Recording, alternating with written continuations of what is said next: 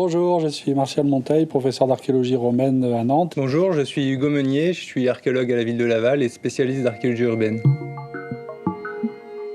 Alors en quelques chiffres, l'enceinte romaine du Mans mesurait environ 1300 mètres de périmètre pour une surface enclose de 8,5 hectares. C'est dans la moyenne des chefs-lieux de cité qui ont été fortifiés à la fin de l'Antiquité dans la Gaule romaine.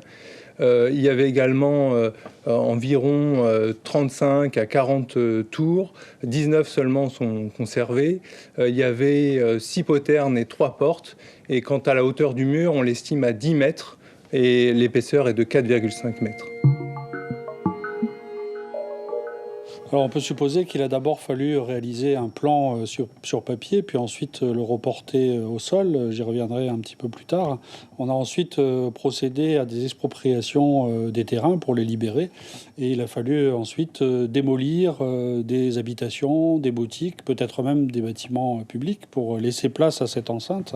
On a probablement commencé par l'édification des portes principales, puis on les a raccordées avec les courtines et les tours. Alors il faut s'imaginer qu'on a affaire à un très grand chantier de travaux publics, un peu comme dans le cadre de la construction de grands bâtiments aujourd'hui, avec plusieurs corps de métier issus de l'armée sans doute, mais aussi pour beaucoup des populations civiles.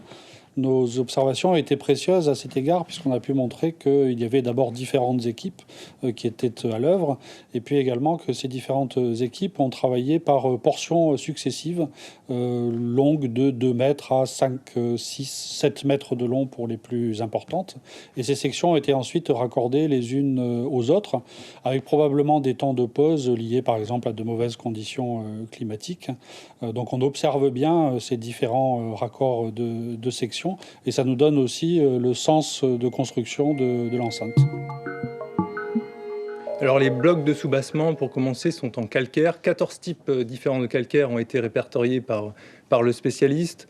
Le parement externe, lui, est construit avec des moellons, c'est-à-dire des petites pierres en grès roussard. C'est un grès ferruginé local. Il y a aussi des grès cénomaniens, des différents calcaires. Et le mortier qui est utilisé pour le parement, c'est un mortier dit à tuileau, c'est-à-dire qu'il y a à la fois du sable, de la chaux et donc de la brique pilée ou de la tuile pilée. C'est ce qui lui donne cette couleur rosée caractéristique. À l'intérieur du mur, en revanche, on a un mortier de couleur beige, clair, extrêmement dur et différents matériaux, différents moellons, mais le tout est extrêmement compact. Alors en ce qui concerne les blocs de soubassement, ils provenaient de monuments du Haut-Empire démantelés et qui étaient certainement déjà abandonnés depuis plusieurs décennies. On a retrouvé des inscriptions, des blocs sculptés monumentaux, donc qui prouvent que c'est bien des blocs réutilisés en fait.